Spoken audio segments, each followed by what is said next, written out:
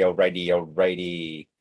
We are now streaming. Welcome, everyone, to Down the Rabbit Hole, where the conversation starts by us and it ends by you. So we never know where this is going to go. But today we're going to do our usual manner of continuing with the topic that we had on our last live stream, which was about simulated reality. And with this, I'm going to read a quote that I had posted earlier in the week on our group page and it says, "Consciousness sleeps in minerals, dreams in plants, wakes up in animals, and becomes self-aware in humans." And that was by Rumi. And the question with that is, how and why do we want to simulate that when it's the real version of it is so spectacular, it's so perfect? And when it comes to simulated reality, it goes back to what Gary and I have said for, 60 weeks now, 61 weeks, in all of our live streams, is that we as a species have this tendency to look outside, to reach outside of ourselves to find answers. And the answers are inside. They always have been. But we as a species, again, are always looking for that quick fix. We're looking for the instant pain relief. We're looking for the pill, the silver bullet, hey, you have the answer, or you have the answer. The answer's over here. And when all along, the answer is inside. But when we're talking about simulated reality, it is just that. It's not reality. It's a copy, a version, a made up part of reality. And the simulation in itself is part of reality. But we want to simulate it. And what are we doing when we're simulating it? Think of it like this, is that our reality is made up of energy. It's made up of energy that interacts with quantum particles. Simulated reality needs energy and such, and it's made up of pixels. So we are still simulating it, but we're simulating it. It's like a fax copy. For those of you who don't know what faxes are where you would transmit a document electronically, and you would get a replica of that document on the other end, which way back in its time was phenomenal. But that document that you received, that image you received on the other end, wasn't quite as good as the original. And then if that document, the fax document, got sent, that next copy was not even nearly as good as the second copy, and on and on and on. Each copy was degraded by 10, 15, 20%. And when depending on the kind of business that you may have been in, when I was in financing business, we would get faxes that were like, what does this say? I can't read what this says, because it's like, and at the top there's always a header of who sent it and who sent it to them and who sent it to them and who sent it to them and who sent. The header was the header could be like a quarter of the top of the page, just with all the different. This is how many times it was sent.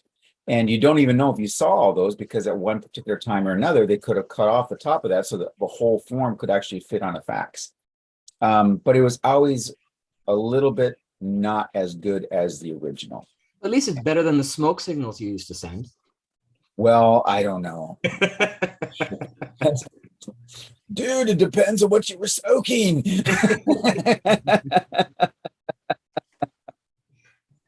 Yeah, well, and I think there is I like to make the clear distinction that there's a digital simulation, and then there's the simulation that we in the here, right. Because exactly.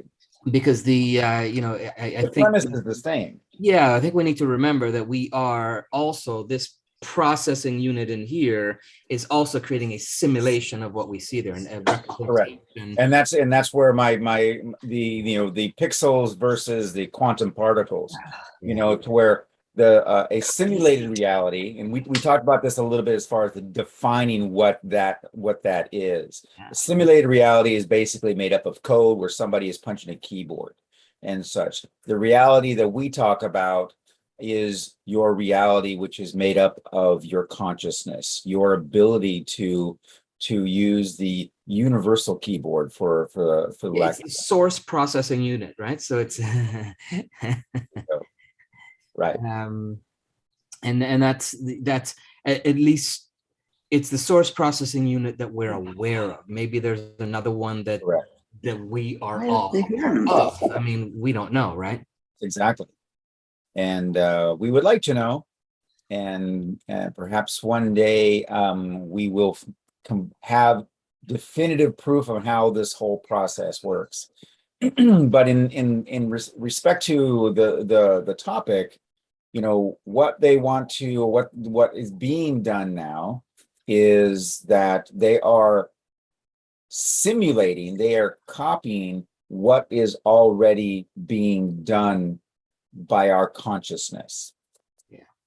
And It's the only way when they can you make it real, right? So they have to study how we make things real to then duplicate how we make things real.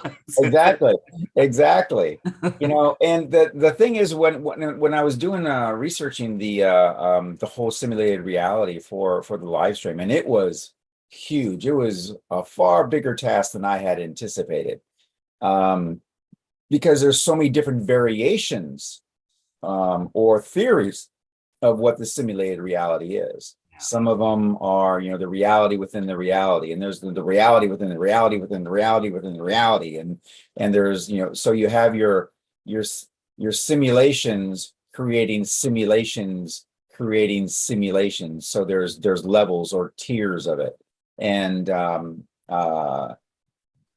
but it was like, but where's the original? And it's a matter of what a person wants to believe. Are we the original? We don't know. We really, really don't. But we are well, again, this is all theory, because when you go into let's use the example of a video game, and I'm not a big video game player, but when you go into a video game, there are characters, pre-programmed characters that were built for that video game, and they interact in the background, and they are, I'm trying to remember the terminology. They are non-participating characters, I think NPCs. Yeah. Does that sound right? Yeah. They're non-participating. In other words, they go, oh, and they might make a noise and stuff like that, but you really can't interact with them because that's how they're programmed. And then you have other characters who are participating characters, that are a little bit more of the forefront, where they have specific programmed responses. And then you have the other characters who are other humans on the other line who are in an avatar that you can directly, if you say, hey, Joe, they're going to go, hey, back to you, or whatever the case may be.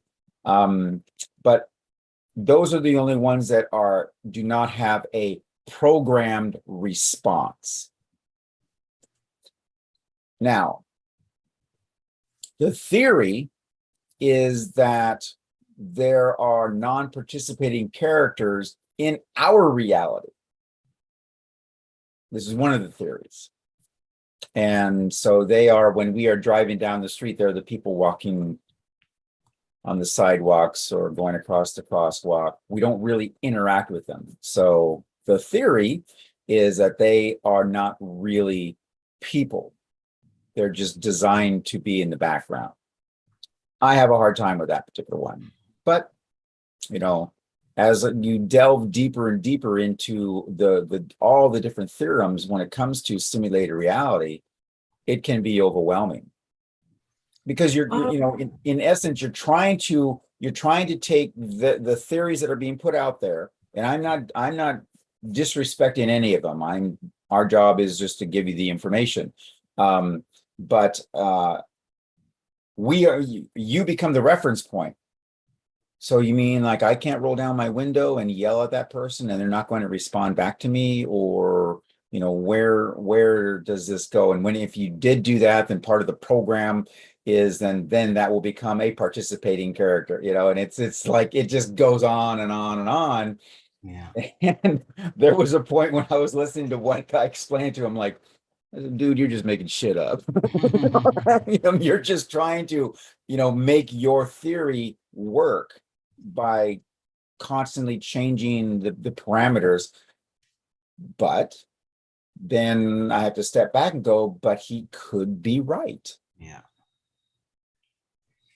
Trying to understand, Ross, Okay. you know, when we were talking about the metaverse, Metaverse. is like, The it's like metaverse, so Gene, the Facebook, metaverse is one version of this. This is going to be the biggest version that is out there, or going to be out there. Yes. it's like Facebook knowing what we are, studying us and everything else. And then how does that get related? Because they are going very much bigger into the metaverse. All these, you know, online, you know, portals.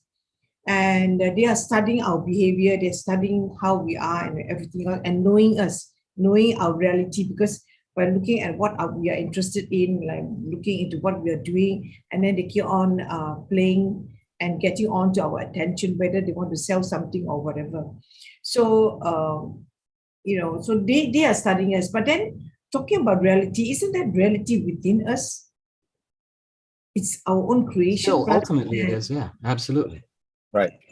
Because So- why are we talking about so many stimulation? Because I know now there is so much, because they are studying us, because we get ourselves involved. Like now, you know, they know that I'm studying, I'm with you. So, oh, then they will send me, you know, similar like a program, like what you and Gary have. So they are studying us to sell me things, but still, who is in control? Am I not in control? I'm in control of who I am. You can still choose, sure. You can choose what you choose to put your attention on, and that's the choices you. That's the ultimately is you can choose what you put your attention on. So when I on the stream where I showed the video of the you know, the bouncing guy on the trampoline, you can choose to put your attention there. The gorilla can come and go and it doesn't affect it. I mean, it doesn't come into your awareness, right? So that's the power we have, is the power of choice. And that's why we continue to come back to that so much, because that's always within you, right? But you also have to understand and remember that this isn't something new. I mean, advertisers have been studying what we do for as long as communication has been around. And they've been presenting stuff for as long as things have been around. But what we put our attention on is our choice, and the meaning that we put into that communication is also our choice. There's a ton of people on the planet who see the golden arches, the M's, and get excited because they you know, they somewhere sometime put their attention on that type of food, and they created some emotions around that, but it's still their choice. And then when they see the advertising, or when they see the promotions, when they see the stuff that comes to them through billboards, through TV, through radio, which all have their own stats too. So while I'm not a huge Facebook fan in that aspect of things, it's not something new. They're just better at it. And the medium they have reaches so much more, right? So you know, but it's something that's always been done in every country that has any kind of communication model to the masses. It's always been that way, right? It's how commerce happens. It's just the way it is, right? Is how would I know if I want something if I'm not shown that, hey, that something is out there? I wouldn't know. And the way that I know is by putting my attention on these types of things that are similar to that, and then that somehow enters into my reality, and then I go, oh yeah, and then I can choose whether I have the funds to do it or not, or how I feel about it or I don't. That's still a choice, right? So it's what we put our perception, what perception we have of the things that come into our awareness. William Shakespeare says, there's nothing either good or bad, but thinking makes it so. Very good. Yeah, it's true. So would you say that, so I'm trying to understand more metaverse. So is it that the metaverse means that, let's say right now we are also in the virtual world talking? Is that what it means? Because right now we are in the virtual world talking. I'm trying to understand the virtual world. In a sense, except they add Yeah. a 3D component to it, right? I mean, you and I are talking to it now, but we see a flat screen. Whereas in the metaverse, you're going to, because it's going to give you this experience of being there, it's going to be like we're actually with one another. Three-dimensional, almost. Oh, that means I could have visited you in your green background there. Yeah. I see all the numbers and the Japanese words. The Okay. Matrix, yeah. So, so one of the things to keep in mind, and going off of what Gary was just saying, is that we'll set aside the metaverse for a second, and when we think of just commercials, when we're watching commercials on TV and such, one of the major goals of a lot of those commercials, let's use Coca-Cola for example, and such. So Coca-Cola got so good at doing commercials. They would do those commercials where, it's the little boy and he's, and he's lonely because he just moved. And then grandpa comes in and hands him a Coca-Cola and sits down next to him, and they drink Coca-Cola together. And it touches your heart. You're just like, oh, wow, I remember. They're going after that emotional state, because when they get to that emotional state and such, it's embossed on your mind. It's just ingrained right there. It's not going to leave, because those are the most powerful of memories, as memories that are linked or anchored to an emotion. And they are the masters at it. Nike's did the same thing. And so now, those don't work as well, because people are kind of like, yeah. And also to the fact that, technology has given people the ability to, fast forward right past the commercials. Yeah. And I'm a big fan of that. I'm just, push that button, it's gone. So now when you have your social media and such, and we talked about this a few weeks ago, now they they understand the human psyche so well that they're like, okay, well, if we do like this, we're going to keep that person's eyes on that screen longer. And when their eyes are on that screen longer, and besides the fact that we now over here all understand we understand what Jean likes. She likes posts like this. She likes products like this because she uses the emojis. She likes, she likes that particular, the example I use is puppies, so I get a lot of advertisements for dog products. So they know all this kind of stuff. So what they're doing is they want to keep Jean's eyes on the screen, and then those advertisements are going to come up. So anytime that you're in a situation where, especially online, I'm only talking online, where something is free. Oh, Facebook is free. They don't charge me anything. Again, as we said, you are the product. And all that data that they're gleaning from your responses to their on their platform and such, that's information. And your information is that's their goal, because now they can become you can become a better targeted demographic. They can go, okay, we know. So then an advertiser can go, I'm looking only for people who are interested in dog products and such, I'm their number one fan. So, and for those of you who haven't been on before, that was an experiment that I did months back where I just only liked dog photos and things like that, so that all of a sudden a lot of other stuff started leaving my feed, and all I was getting was dogs and such. It was just an experiment that I did. I could do the same thing. I could go from dogs to cats. I could do just cat products or cat photos or cat groups or whatever. And then all of a sudden I would start getting cat advertisements and more of that to keep me on the screen.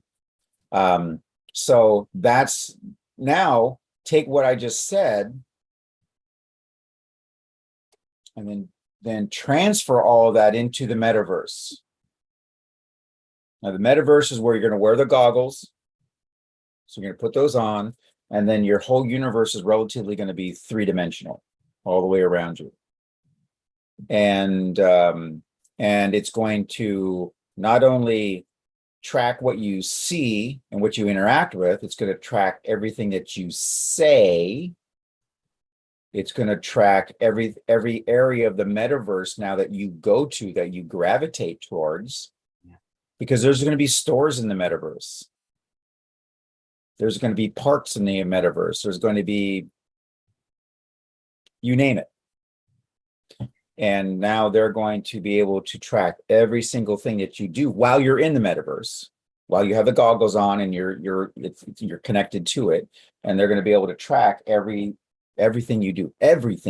So in theory, what you could do, Gene, is you could, in this version of reality on Facebook, do the experiment like Ross, where in this version you click all the things about dogs on Facebook, right? Then put on the goggles and in there choose everything about cats. Still your choice, right? Right. And so then you'll get cat stuff in the metaverse, and then in this world you get the dog stuff. So you get the best of both worlds, if you will. You know, and so again, it's where because if you think about how this recreation that they're trying to do of a version of reality, and we go back to the structure of how we create reality, they have to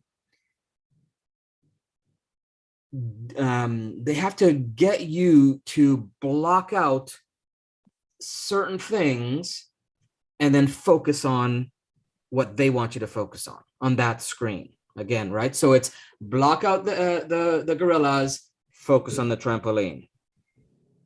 And then while you're focused on the trampoline, the thing about this is that you can choose what you put into that. So you can choose the where you go, you can choose the you know, if you're building, if you have if you develop enough tools in the metaverse where you can kind of build your own house or build this, whatever, you give yourself this idea that you're putting something real from nothing.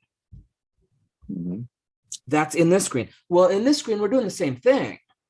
Right. Again, it's the idea of, you know, if you were to point at where you see me, you don't see me on the screen. The screen is a representation. Where you see me is in here.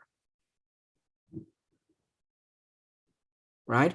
And so we want to, you know, understand what that metaverse is, but also understand that it's not different from this reality. It's just a different way to experience a reality. Right. And yes, it may be a fax version, but as Ross knows, fax got better and better over the years and turned into digital email. Correct. Which is almost exact copy. So that has that potential too. Yeah. And that's where I think a lot of people have this concern that, oh my God, I'm not going to know the difference between the goggles and this. And yes, I agree that can happen if we lose the understanding of, number one, how we create reality. And that's why I think, you know, Thursday's episode was so important, even though it was fairly deep, I think, for some people. And we went into some stuff that because it's understanding reality. It's a hard thing without going into quantum physics, which is even deeper about it. We tried to stay on the surface of that where it was at least graspable. But you may take a couple of listens, and we get that. but it's graspable, as opposed to if we went into the quantum physics aspects of it, and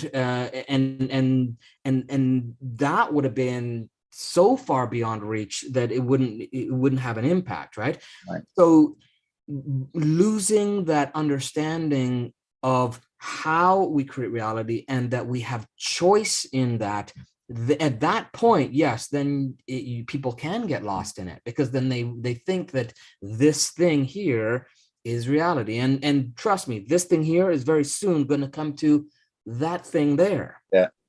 Yeah. And So then that thing there is going to get changed to, let's just go in and just insert that in so that it's a part of the I.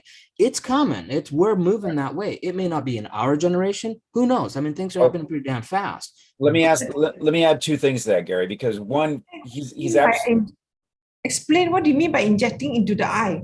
it's going to be a contact lens. It'll be like a contact lens instead of glasses. It's already, the technology is already there. It's just not advanced enough where it can do that level of stuff yet. But just putting a contact lens in, or then just going and getting like a laser surgery where they just put it right in. Yeah. You don't have to take it out and put it in, and take it out, put it in. So there's two points I want to hit real quick. One, Gary's absolutely right. There are people who will get lost in the metaverse or any variation thereof, because I believe there's going to be different ones that are going to eventually come about. They're going to get lost because they can create the perfect world for themselves, the perfect people, the perfect interaction. They can choose, I don't want to interact with this person anymore, and just literally turn them off from coming into their world. So that's yes, Linda, it will become another addiction. Absolutely. Exactly. So you're going to have that aspect of it. But second, and this is, I was listening to an interview. I think, Gary, I don't know if I told you this or not. I think it was with Peter Diamandis. And he is like on the cutting edge of all this super technology that's out there. And I think this was with him. But regardless, he put on a pair of goggles and entered into a simulated reality. It was not the metaverse. It was just a simulated reality, like a game theory type of reality and such. And he says, I was in there for about an hour. He goes, I could not tell the difference. Yeah.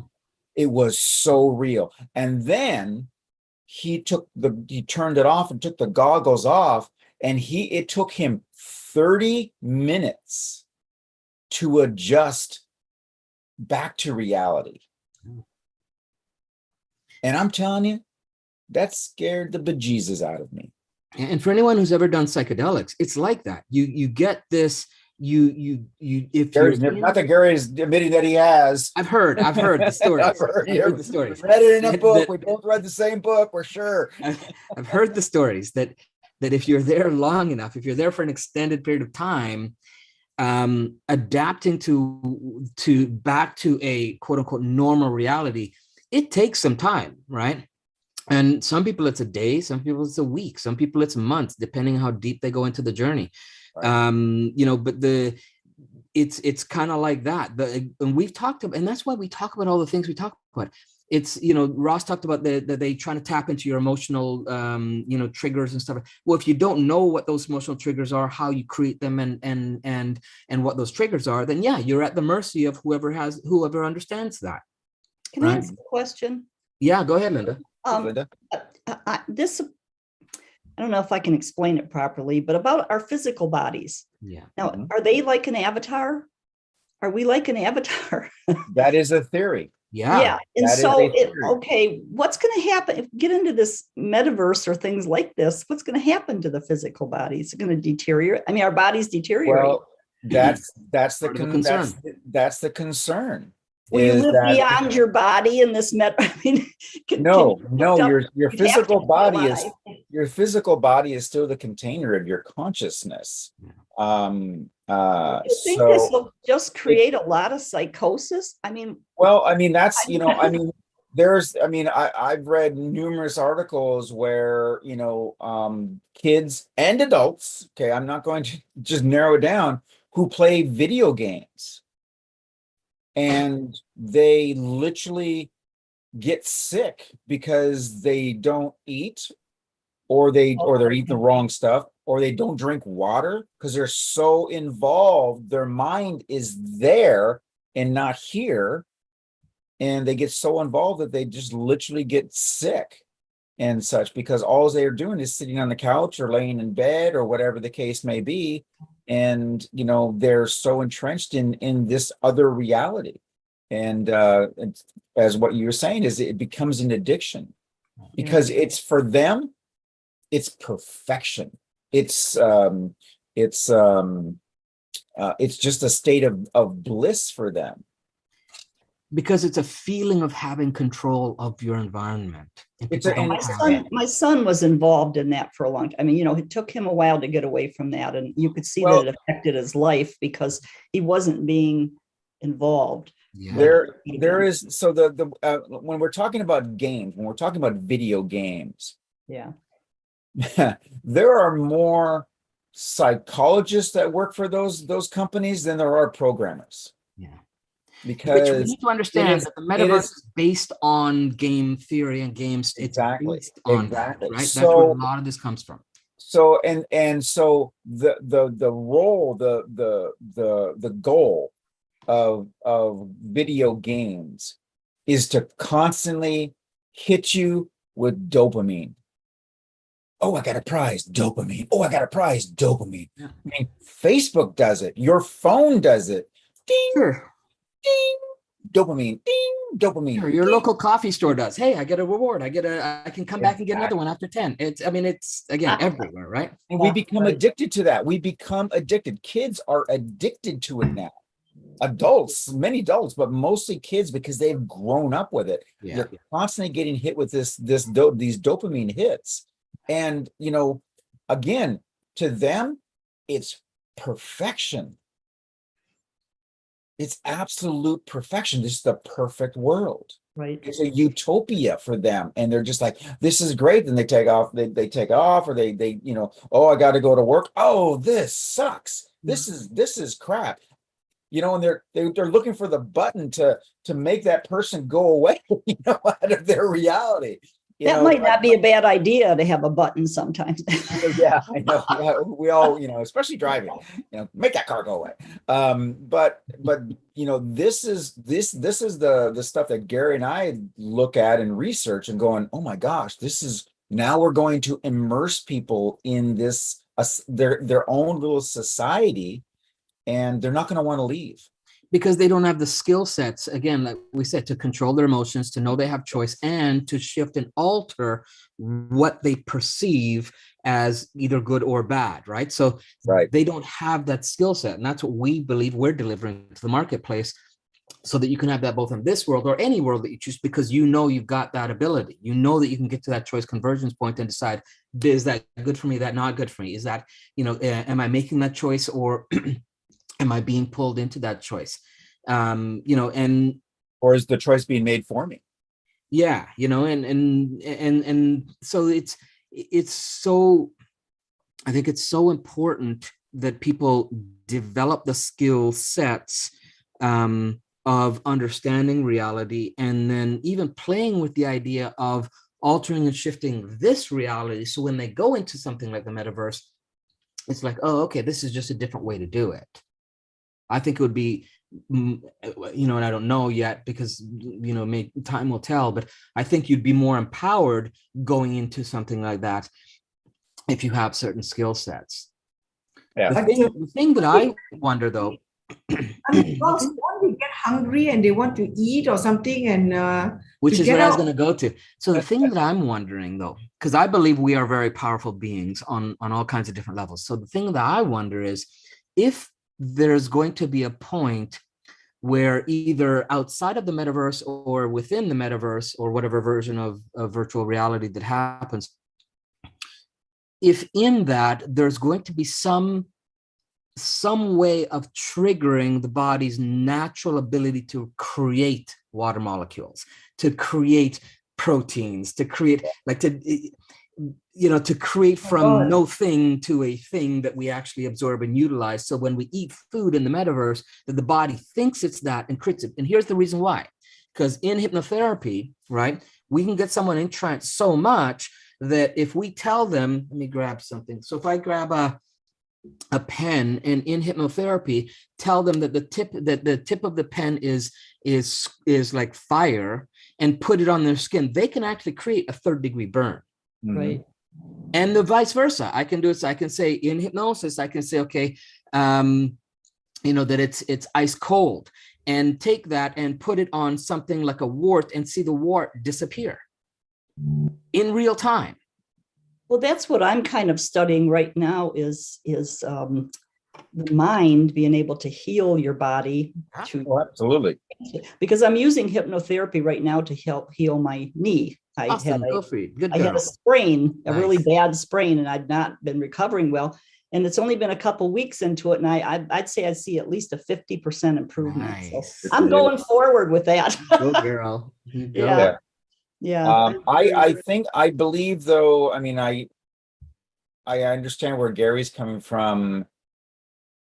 I believe it's possible, but with the current plan of these types of technologies, I don't know if it's probable. Well, here's the thing though, Ross, you got to think. So if something like that doesn't come into play, right? Mm-hmm. Their users are going to die off. Right. Well, don't you know that the pharmaceutical companies will come up with a shot that you can take while you're playing the video game? Sure. Yeah. It's just going to be a preservative. A little shot of formaldehyde while you play the game. Question. I mean, all right. Let's ask a question. These people creating these games and everything to put you into this metaverse where you go in, and if the person go in and they get so addicted into it, how are they going to win anything? Because the person will become quite useless. They will have no money to buy the things. They will not have the things. So what would they gain unless it's just at a certain level? Again, Jean, I mean, that is going to be a small segment of their users that are going to be like that. And ultimately, I mean, they're going to be playing, they're not necessarily playing or utilizing this tool, and they're literally going to just collapse. But if they collapse, and then hopefully that at that particular point, they're going to go, okay, this is too much for me. I've got to give myself a break. It's a good question. It is, but I mean, it's already happening currently with just gameplay. But when you are so engrossed in this utopia, this Shangri-La of reality that you've created for yourself, it's a hard thing to say. Now, mind you, with all this in mind, Gary and I have talked, though, about utilizing the metaverse as a tool, as we've always said, just like Facebook is a tool for us. And we believe that everybody should look at it as a tool, but utilizing the metaverse to do presentations to our, to the people that are quite possibly to a new audience, right? So we can start to in there. Imagine if we in there we had a buzzing Infinity Auditorium. You're all going to come to the Infinity Auditorium. Yeah, and then we're teaching them how, hey, even in the metaverse, we can create all the concepts that we teach you in the Art of Designing Reality 7-day program that you learned, Jean. If we could put that to a 3D component where that shows up and they're getting the visuals of what we're talking about, and then they can also alter those visuals for their own purposes and no benefits, then that impacts, again, the brain in a whole different way, right? So again, it's how it's used. It's nothing is good or bad. It's the thinking that makes it so. Back to Shakespeare. Correct. Yeah, because it will become like it's just like taking LSD or drugs or something like that. You see, because they create the utopia that they Well, that's what I'm want. saying. Yeah, those psychedelics, it's similar to that for sure. Yeah. Yeah. It'll be a getaway, and it'll be a getaway that could be, addicting to, again, a fairly good sized segment of the population. Mhm. But more than anything else, it is designed to get you, into a universe that they can sell you stuff. That's really what it's going to come down to. It's like, oh, well, we can, now we have a captive audience to a degree. They're going to sell you real estate. They're going to sell you cars. They're going to sell you clothes. They're going to sell you new sleeves or new avatars to, oh, well, I think today I'm going to put on my dragon suit, and, I'm going to put on my dog suit, and this is what I feel like. So you're actually going to be able to use an avatar that reflects your mood if you choose to do that. I sent Gary a thing, what was it, last week, where somebody is selling these avatars per se for the metaverse, and they're going for like $8, $9, $10,000. The sky's the limit. It's going to be someone in some techie guy here in Canada actually bought land in the metaverse for $2.8 billion, million dollars, something like that. It's ridiculous. $2.8 million. And so he owns that land in the metaverse. He can do and build whatever he wants to attract people there. We're not sure who he bought it from. Well, we do. It's okay, I forget the company. Decentraland. I believe it was on Decentraland. I'm not sure, but there's a few different platforms where they create virtual reality that you can go onto and buy land right now. Yeah. Wow. Yeah. Yeah. It's good. I mean, as you said, you all need to, really work on the alternative, to provide the alternatives, and to use the metaphase the other way around. Mm-hmm. Not to sell them and to get them addicted, but to get them to do some thinking process. Right. Yeah, and to empower them and to have more choices and to know that they have choices, and that's the goal, right? The only way is to create the consciousness. The consciousness has been taken away. Yeah. It just becomes, for us, it just simply becomes another medium of training and learning. Yeah. And similar to the Matrix, it's kind of like we're teaching them to unplug, right? We're teaching them that they can do it by choice. It doesn't have to be, Morpheus and the gang coming to rip me out of them. I can just choose to. Mm-hmm. Well, actually, that is part of the premise of the movie too. It's like, choose which one. Do you want to stay where you're at, or do you want to break free? And then, but Gary and I, we offered that third choice. Yeah. And but it's something that, just like the internet now, I was just listening to some news stories today, this morning before the stream, and the internet now, or the social media platforms, they're young. They're very, very young in the evolution of the human species, and they are going through dramatic changes, because we as a society need to kind of get control of this, because one, it can be very manipulative. It can be very controlling. It can be dangerous, because of the first two. And, somewhere in between all of this,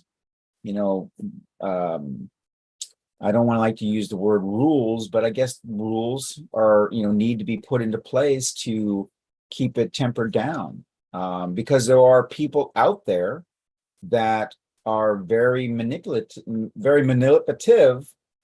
to those who can be manipulated very easily, and it can cause a dangerous reaction. So now in the metaverse, it could be different because, you know, they're interacting in an environment where, to the best of my knowledge, you know, you can't actually physically hurt a person. Yeah. But But sometimes again, here we go back to, Ross, is that brain does not know the difference between real and imagined. that's where I And was so- going. That's where I was about to say is that, Yeah. yeah, you don't, you know, you physically maybe can't hurt somebody, but you could actually, if you're good enough at it, you could create a physical response in the user. Mhm. But at the same time, you can, as we've discussed so many times, you know, and this is what social media, the problem that social media is having at this particular juncture, is that you can, you know, mentally, emotionally do even more damage to another user. Exactly. And that's my point, is where you have people who are very, very good at this. You know, and I've personally known some of these people, and I'm just like, you know, I mean, not for very long, because I'm like, you know, I said, what are you doing? Oh, it's just fun. I just like to see what kind of, you know, how I can get a response out of somebody. I'm just like, but you're hurting that person. You don't even know them, and you're hurting them. Because I'm not physically hurting them. I said, no, you're doing probably even more damage. Well, You when know, they don't understand the mental, what the No. mental does to the it's physical. it's a power trip. Yeah.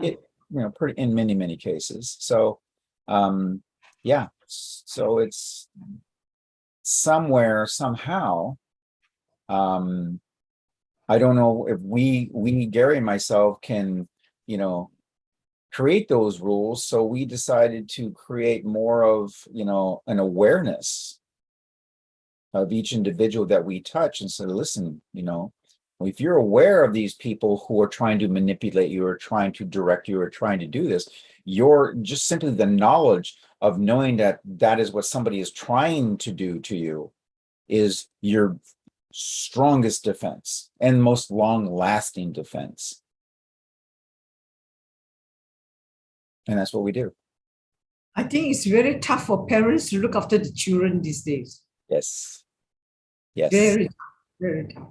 Because it will be a tug of war. Yes. Unless you talk to them and talk to them in such a very caring way and psychological way. If not, the pull of the peer group and all this is too strong. It's too exciting, you know, exciting and too strong. Yeah, I think that, you know, as parents, I mean, it doesn't matter if you do it in a soft, gentle way or in a different way. It doesn't matter. The kids will respond the way they respond, and you know, you know, that's been our experience, and you never know how one kid is going to take one thing and another is going to take another. And so you just do the best you can as parents, and at least for me anyways, I detach from the outcome of it. I do my best to present what I feel is going to support and guide and direct them, but I'm not attached to whether they accept that and utilize it or not, because that's still their is their choice. And if being such a strong advocate of choice, I need to honor that that's their choice. Either way, as long as I know that I've given them options that they can maybe make different choices from. If they make choices that are different than what I presented, I can't integrally, I can't feel bad about that, because it's still, they're using their power of choice. Mm-hmm. And that's But sometimes Ross, a hard pill to swallow. And one of the things that, you know, I got from, and some people may or may not agree with it, but one of the things I got from Will Smith and Jada Smith, which I think they demonstrate a lot of, you know, pretty good principles, is that they said that, you know, they don't own their kids. You know, and I think parents, we think we own them, so they have to do what we tell them, and they're their own individual. And the faster we get to that place, the more they can flower as their own individual. But I think we still have we have a responsibility to lay down that foundation. We lay parameters, but it's still their choice. Absolutely, you know, but it's by holding that I think it's the rigidity of I own them and so they have to do this, that's Right. where the problem comes in. Right. Do this because I said so kind of a thing. Yeah, no, I agree. I absolutely agree. No. Maybe I understand what you say. That is only applicable if the child is beginning to grow up and understand and able to take decision. But when the child is still very young, it's not by force, it's by love and by talking and reasoning. Because if they reach an age where they're doing their own decision making, of course, then you can't force them, because as Kahi Gulbrand says, you give birth to them, you are like the bow and they are the arrow that you shoot them, and their life is belonging to tomorrow, which is a place where we parents cannot go. I understand that. Yeah. But when they're very young, we still need to use moral story or psychological story to talk to them, For sure. to show them to another way, so that when they are faced with that, their choices have to be based on some foundation. Choices have to be based on values that's been given to them. Yeah. So I hear what you say, but they need to have these values being inculcated, not by force, but through storytelling and so forth. Yeah, especially when they're young, they're 4 years old, 5 years old, 6 years old. 100% agree. And if you look at it, Jean, it's for Ross and I, it's kind of like, and this isn't any degrading in any way or hierarchy in any way. It's kind of like our audience is like our kids. We want to equip them with as much tools as possible so they have as many choices and resources as possible. But at the end of the day, it's up to them. We have to hand it off and say, okay, now here you go. Right. Yes, it's because we are adults, and I understand that. So we as adults will make the choices, Right. and we Exactly. you are making actually the concept. You conceptualize it and create the tools that make it easier for us to comprehend and understand. Because and we can still do that for our kids too. So I agree with you. I think we need to do the same thing for our kids. So So when I learn something that kind of shifts my ability to, perceive reality, I do my best to transfer that in my 8-year-old language and my 18-year-old language and my 30-year-old language for my kids. Right. Right. Yeah. But at the end of the day, it's still them that has to either, and if they're not mature enough for it at that level, then that's on me for not adapting it to their level, not on them. Yeah, it's true. But when they are 8-year-old or they are 10-year-old, they can be influenced by the peer group towards another direction. So your attention to telling moral stories and being close to them is even more needed. I agree. I think it's needed all the time. I don't think it's. I'm not sure that I buy into the idea that at 8 you need it more than 18 or 30 or 53. I still need stories. I still need inspiration. I still need someone to look up. I don't think it's changed. It's just maybe the how it shows up has changed, but the need and the desire is still there to grow and evolve. Right. That's why I love butterflies. I love butterflies. Because we morph and then we change and then we become butterfly, and it's so beautiful. I love butterflies. Yes. And each year our butterfly have more colors. Yes. Especially this year. Yeah. True. Yeah. So that's right, Gary and Ross. I think both of you are doing a very good job giving good tools. Yeah, it's as you said, I only hope that you could express it so that more people will be exposed to it. We're working on it. We are. So any other questions? We're kind of getting to the end of our hour. We've got about 5 more minutes or so. You can go get some good sleep. I heard you say something about a 7-day program. What is that? Did you say that earlier? Yeah. So we have and we'll be talking more about it in January onwards, because we're tweaking some of the components of it. But we have a 7-day Art of Designing Your Reality program, which goes into depth into giving you real life tools to really alter the existing code that's in your reality right now. In fact, we're going to talk a little bit about it on next Thursday's call, as far as some of the components of it. But Ross and I put together a program that's called the Infinity Process. And what it does is it shows you that you already have an existing code of reality around you that exists right now and always has been there, but you've never had access to it or understanding of it. And in the 7 days, we show you without a shadow of a doubt, actually in the first day of the training, we show you without a shadow of a doubt, there is a code right now where you are, wherever you are, and has always been there. And then throughout the rest of the program, we teach you how to then utilize that so that it empowers you and so that it drives you and you start to shift and alter your experience of reality on a day-to-day basis. Wow. So you're suggesting I wait till January?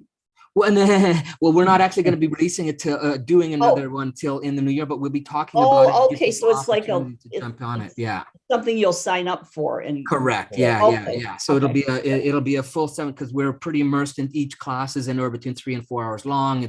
It's pretty immersed. And then we also have our Master Lab series, which we're going to be announcing all the components of it to also in January and onwards as well, which consists of some pretty cool 3-4 hour lab experiences where we're going into like what we call the Infinity Matrix Laboratory and actually creating a thesis, a theory, and then giving you stuff to experiment and test on and check it out and see if you notice some changes, and then come back and get feedback on tweaking and refining it. So, so we got some pretty cool stuff set out for 2022. So Gene already did the art of designing your reality. At that particular moment in time, it was under a different name, but we've taken it and we've revised it, and it was, I mean, the results that people had was phenomenal, and it just really warmed our hearts that people were doing so well. So we're going to end this off for the day. Enjoy it, Linda. If it is on, you should go for it. Yeah. Oh, I will when I hear about it when it's time. We'll be posting a lot about it and doing some previews and some teasers and stuff like that, and some sampling of different components of it and whatnot. We have been kind of doing some, and we haven't been referring to it exactly, but we have been doing some teasers in some of the past streams. But yeah, the stream coming up on Thursday is going to be without us really telling people that it has components of the Infinity Process. It's going to kind of show you some of the aspects of what we play with in this code called the Infinity Process. I keep missing the live time. What's the time of that? It's Thursday mornings at 10 a.m. PST. Okay. In the new year, we may go back to 9 a.m. just so you guys know. We may go back to 9 a.m. Because we found that the audience exposure on Facebook when we were at 9 a.m. was almost double what we're doing right now. So we may shift back to 9 a.m. Yeah, because you get on with your day and then you don't get, Okay, so Thursday, 11. All right. Yeah. So before, I want to say one last thing before we finish for today. There's a birthday today. Gary's birthday. Happy birthday, Gary. Should I sing the song to you? Happy birthday to you.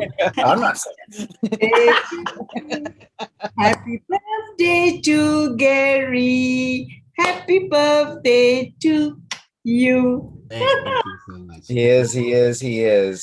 Thank you. Getting younger and younger every time Forever young. Yeah, so it's fun.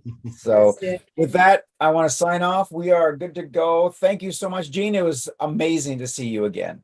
Thanks for being here, Linda. Thanks for joining in. Nice. Everyone that's watching it, if you are watching and you've gotten to this point, we should have probably mentioned in the beginning. Remember to subscribe. Remember to like. Remember to comment. We are going to put the links in the comments as far as where you can see us on the weekly streams, the replays. All the links are going to be on the bottom. So go ahead and check that out. And on YouTube. All right. Yeah. So 2022, a ton of changes are coming, and we promise that year 2 of everything that we're doing, we're taking everything to the next level.